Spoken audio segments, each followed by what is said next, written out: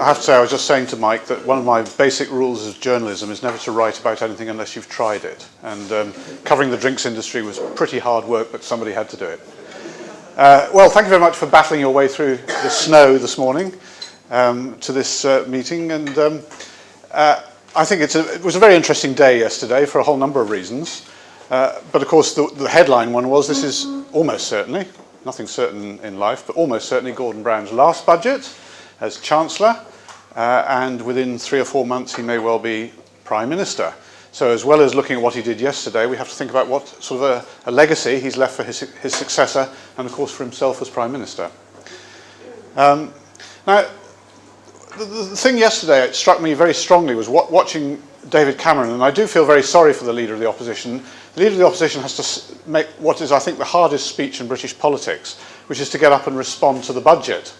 And of course, the Leader of the Opposition isn't even the Treasury spokesman on the Conservative side, but by tradition it's him who gets up and has to try and demolish the Chancellor, who's just had uninterrupted airtime of 45 minutes. But I think yesterday he did completely miss the point, and that's why I hope we'll have some interesting things to talk about this morning. Because actually, the truth was, and I heard George Osborne this morning on the Today programme saying it was all smoke and mirrors, but every single fact you needed to know about that budget was mentioned by Gordon Brown. He just didn't put them all together in a way that would have made it quite easy to see what he was doing. But the key fact you need to take away from yesterday's budget speech is that the Chancellor did not announce any reduction in the overall tax burden. And he said that. He said this is a neutral budget. And actually, when you add up the sums over the next 3 years, it's about 100 million or 200 million pounds worth of difference overall, which, as you'll appreciate, isn't even small change when it comes to the Exchequer. And to understand why this is, I want to offer you two metaphors. The first is, I don't know if any of you were ever at the LSE. I wasn't, but I've been in there. And in their canteen, they have this wonderful machine on the wall, which was made by somebody, I believe, in the 1930s to try and demonstrate how an economic system works. And it does it by water. It's a sort of a water system. It's like a see-through plumbing system with pipes going in and out of vessels and reappearing elsewhere. And the idea is you should show how the money flows round the economy. And you can do things like you can sort of turn off the tap in one pipe and watch how the consequence is that the water all disappears down a different pipe and has a different effect. Now, if you can hold that in your mind, I think that's what the Chancellor did yesterday. He's moved a lot of money around, but there's still the same amount of money in the system that there was before. And then the second one, which I'm indebted to a chartered accountant for, who's quoted in the FT today, from Ernst & Young. He said he shuffled a pack of cards, but there's the same number of cards in the pack as there were before. And I think those are two very good metaphors. Okay, so what were the headlines yesterday? The headlines were cuts in tax rates. We had the corporation tax rate coming down from 30 to 28%. And we had the income tax basic rate coming down from 22 to 20%, which is something I think that Mrs. Thatcher never quite managed to do. I may be wrong on that, but no, she didn't. So it is a step forward. Now I'm going to look at each of these two in turn to see exactly what happened there. And let's start with the corporation tax, because this is a business meeting. And I should hastily say that if some of you are from small businesses, you won't have seen a fall in your rate at all, and I'll come on to that in a minute.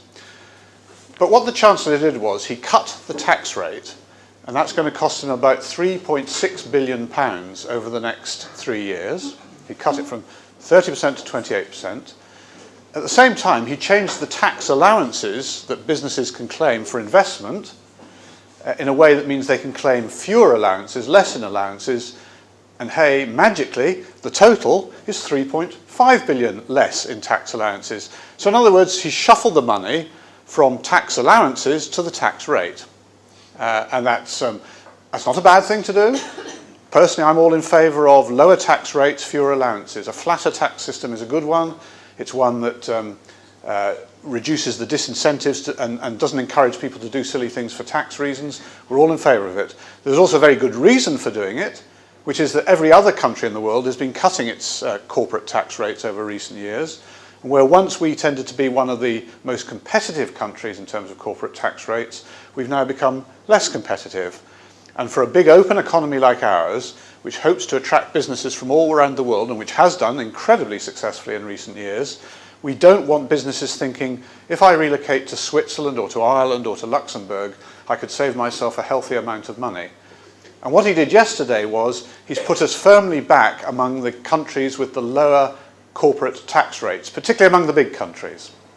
And he also promised, which I think is very good news, although it won't be him who does it, I suppose, but he promised to, or the Treasury promised to keep it all under review and to ensure that we stay competitive on tax. And that's very important for Great Britain. The downside of this is, and actually it should be very good as well, because the sorts of companies that we hope to attract from abroad don't tend to invest huge amounts here in plant and machinery or buildings. They tend to have their headquarters here. They tend to be in financial services or service industries. So for them it's a tax cut. They'll be very pleased. The city will be very pleased. The sorts of businesses that are all around this area will mostly be very pleased. If you take yourself up to Doncaster or to Sheffield or to Manchester, you may find businesses are much less pleased today because they have been used to getting these big tax allowances on their investment, and they're going to come down. And that's going to be quite hard for them. They're not always very profitable, and therefore a cut in the profits tax rate isn't so good for them. And finally, most of them don't have the option of going elsewhere because they own big steel works or foundries or manufacturing plants in this country.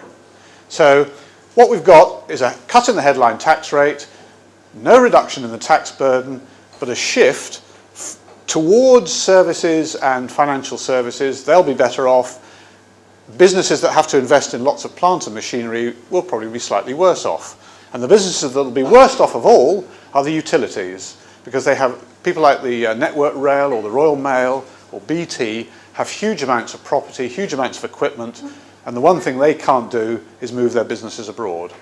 So that's the business story. One little just side comment, small businesses.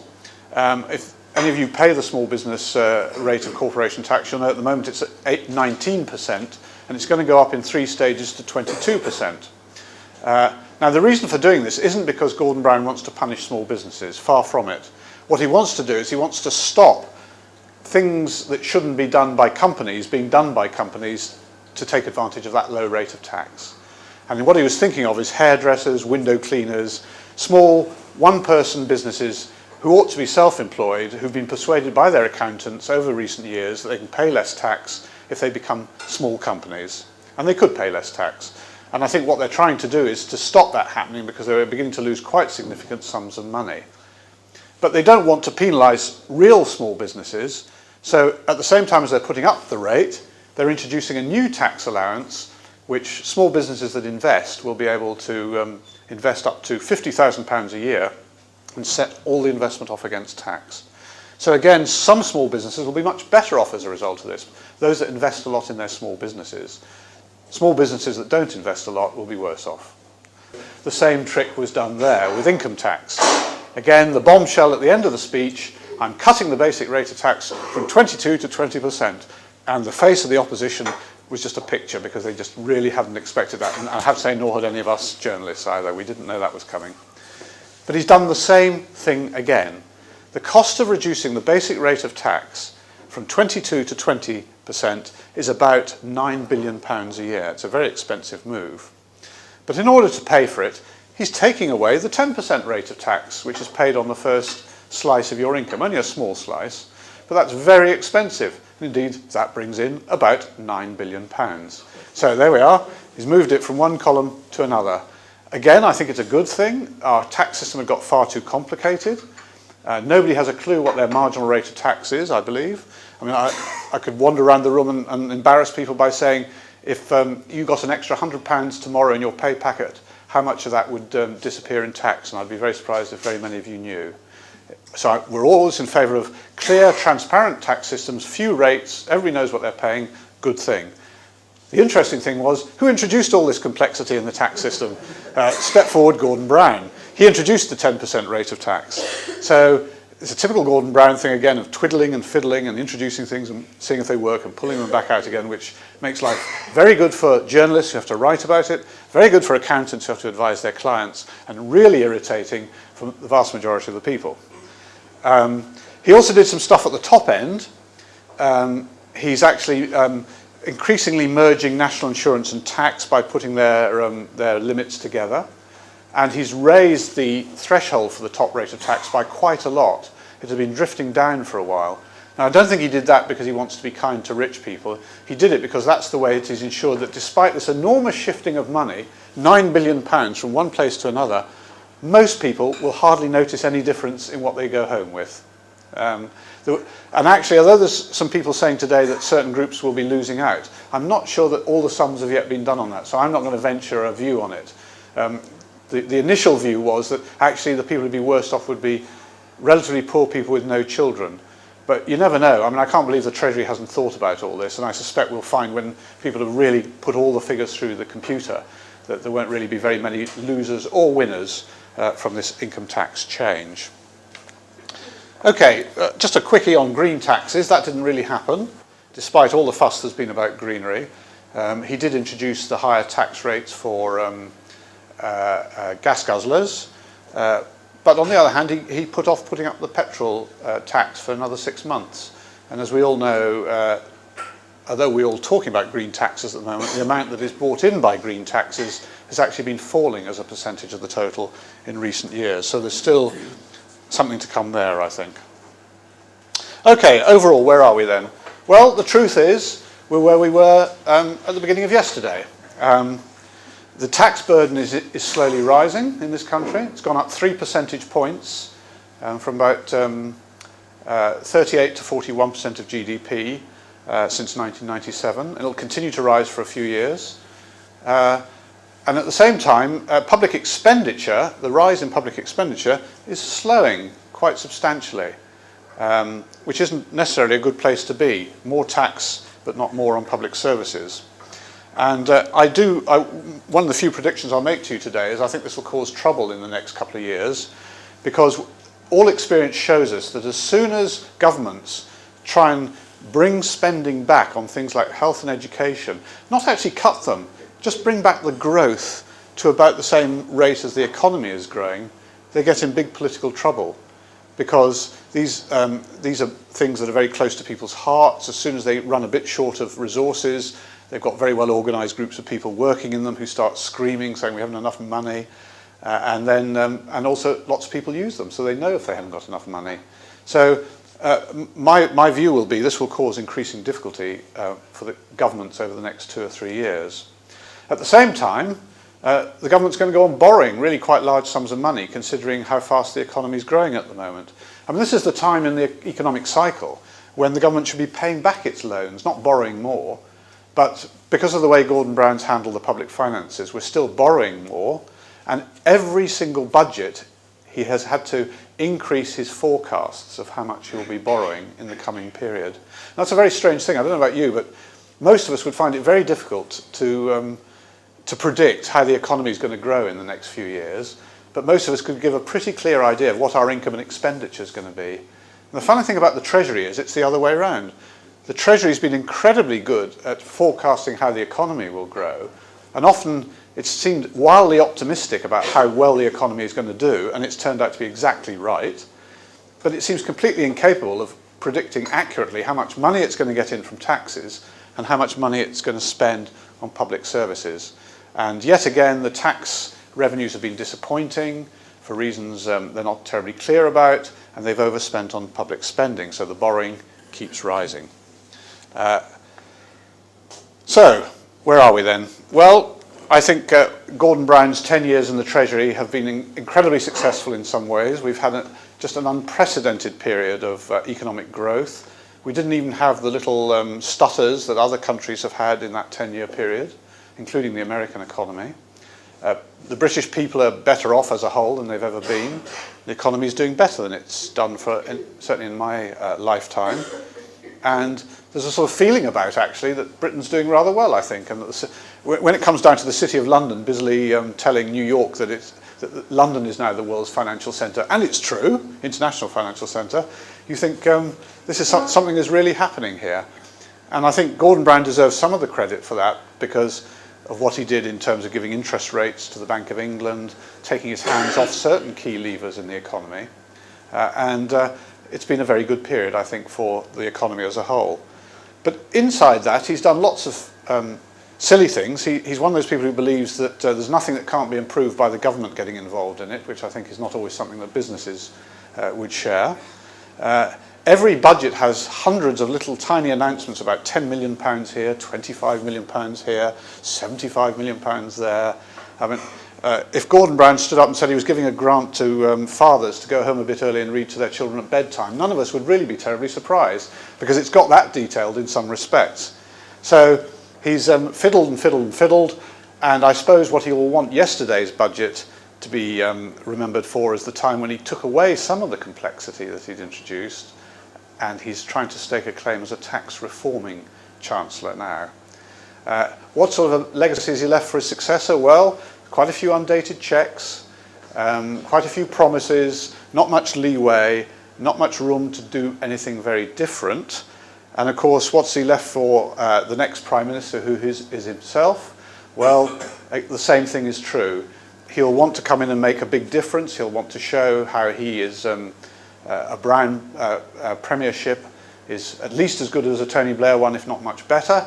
But he will have relatively little financial leeway to do that. And I think that's going to make for a very interesting couple of years. The only thing you can say is there's also very little leeway for an opposition that comes in to spend a lot of money.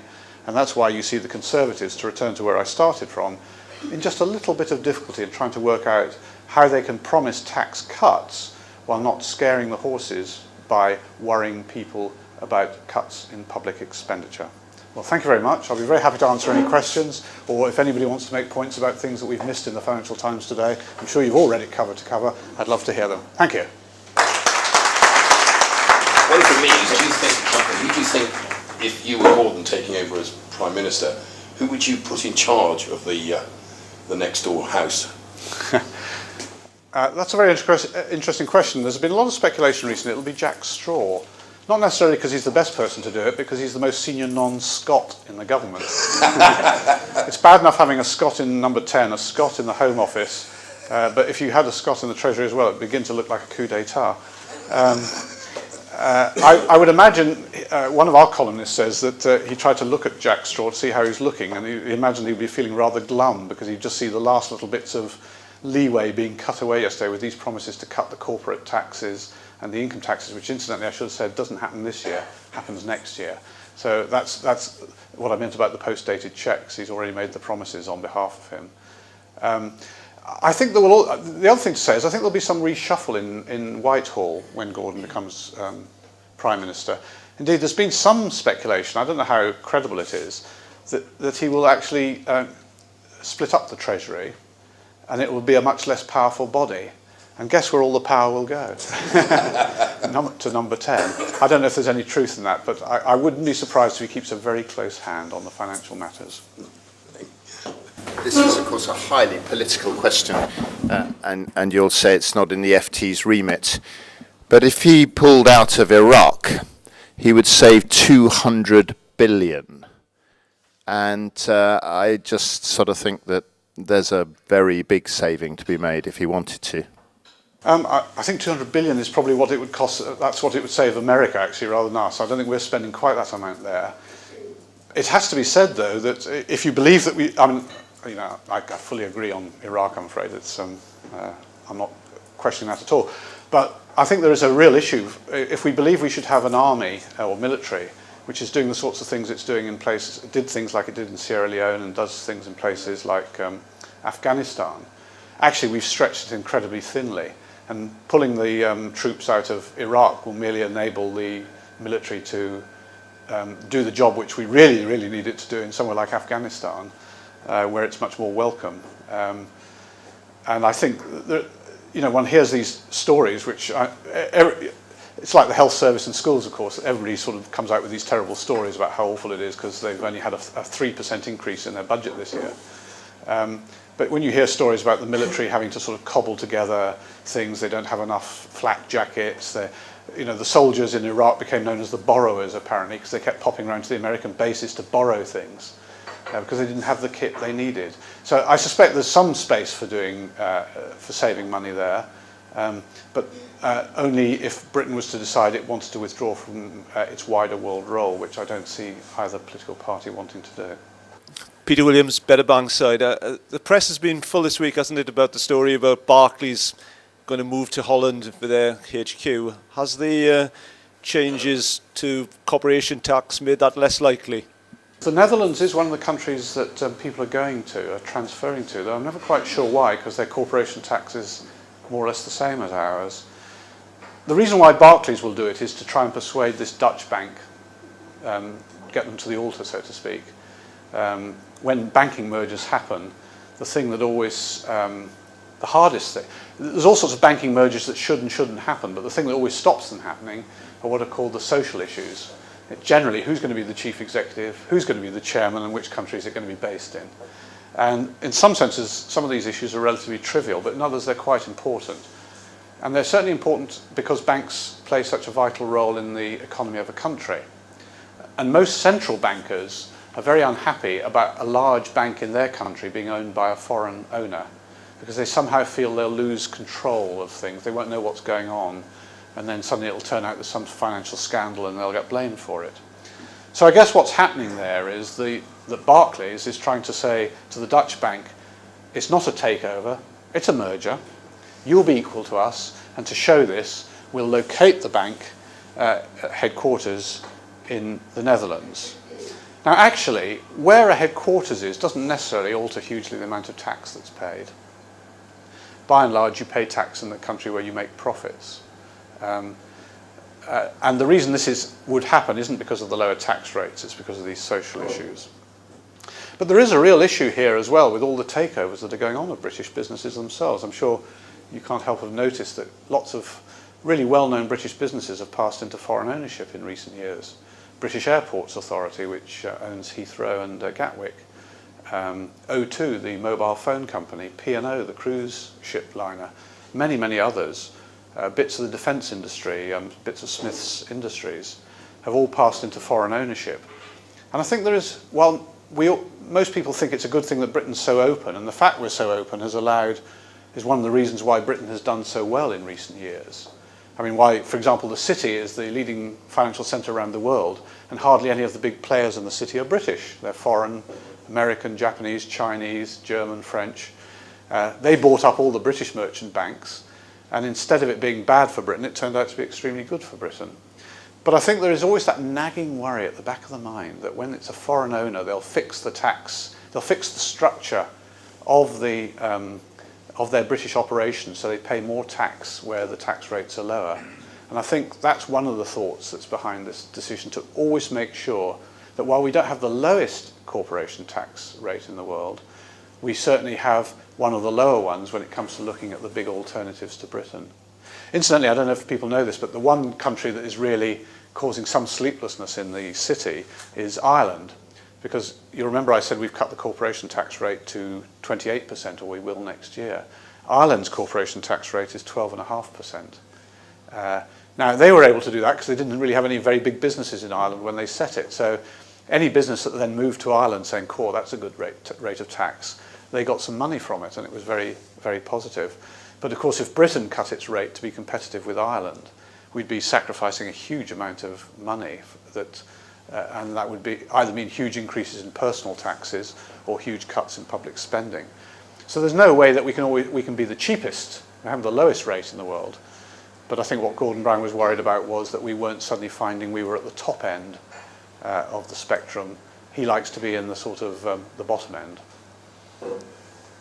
The use of the private equity at the moment, buying out some of the major names that are disappearing from the high street in private equity, I personally seem to have a slight concern that we seem to be losing the concept of the shareholder control, and I just wonder if you could comment on that. Actually, that was the dog that didn't bark yesterday. I think quite a few people were expecting there to be something in the budget about private equity, and also about foreign dividends. I don't know how many of you are working at a level where you worry about foreign dividends, but there is a case also that the way in which we tax dividends from subsidiaries abroad is bad for Britain, and we shouldn't do it.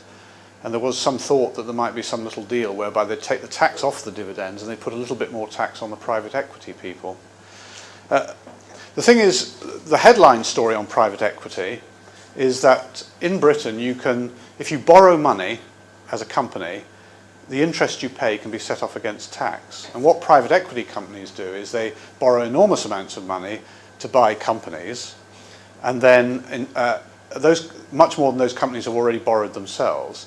So it doesn't cost them very much because they're getting the interest set against tax. In some cases, borrowing lots of money is a good idea for a company. Some companies don't borrow enough for a number of reasons. They have what the accountants would call an inefficient balance sheet. In other cases, though, some private equity companies are basically thought to be taking advantage of this tax deductibility of interest.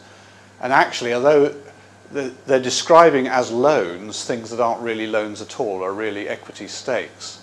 And there was some thought that perhaps the government might try and change the rules on the tax deductibility so to stop that happening. So it really did have to be a proper loan on which you got the tax relief. The difficulty is, though, when you do that, and most countries in the world incidentally do allow tax deductibility of interest, so it's nothing special for Britain. The trouble is, if you do that, you do hit some legitimate businesses. There are some businesses that do borrow a lot of money for very good reasons, including some very small businesses. Small businesses that have a cyclical order book, for example, may actually have very high loans at certain periods in their lives and then pay it all back in the good years. And it's just very, very difficult through the tax system to try and alter the balance between private equity and shareholder companies. Now, two further thoughts. The first is that actually this whole private equity thing is a function of low interest rates. We've all enjoyed low interest rates in the last 10 years, I'm sure you have. The mortgage that once seemed so enormous now looks quite bearable, and that's of course why some of our children are busily borrowing more money than we would have been comfortable with. But that's made finance very cheap for private equity companies, and it means they can go out and try and buy something like Marks and Spencer's or Sainsbury's because the interest payments will be so low. That's not going to go on forever.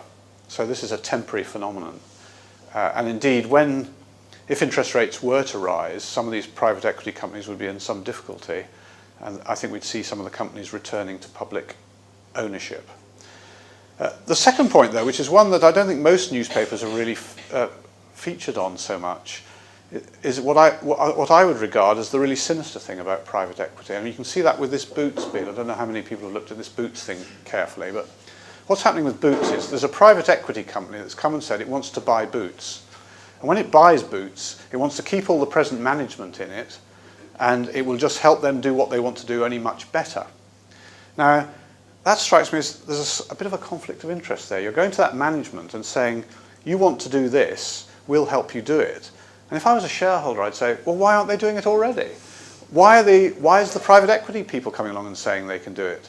And I'd have at the back of my mind a little suspicion that, as we all know, people who work for private equity companies get much higher pay, if they're successful, than people who work for shareholder companies. And you have the slight feeling that there must be a conflict of interest at the top of some of these companies, that if you're sitting there, you're thinking, shall I defend this as a shareholder company? Shall we try and keep it as a public company? In which case I have to go on earning a very decent salary, but getting all this constant aggravation from shareholders about how much I'm paid and what my bonuses are. Or, would it be nice if we were owned by private equity, where it'd all be secret, nobody would know what I was being paid, and I'd probably have a big stake in the company if I was successful. And I just think that's a bit of an issue, really. There's a conflict of interest there, which is very hard to address, but one which is a bit worrying. Thank you. Anything else from anybody else? Well, if not, in that case, could I say, John, thank you very much indeed. Very interesting, as usual, these post-budget briefing by the Financial Times, and thank you again for this year coming in to help us out and explain some of the things. I think we look with interest at what happens over the next year when Gordon takes over. Can I also pass on Bernard Bankside's thanks to Constantly and the team here at Southwark Cathedral. Ros, thank you. Gordon, thank you. And to the staff here as well, who I think looked after us very well. Hopefully I'll get a quick cup of coffee before I go again. And thank you very much for attending. And could you just say thank you very much indeed to John for his help time this afternoon, this morning.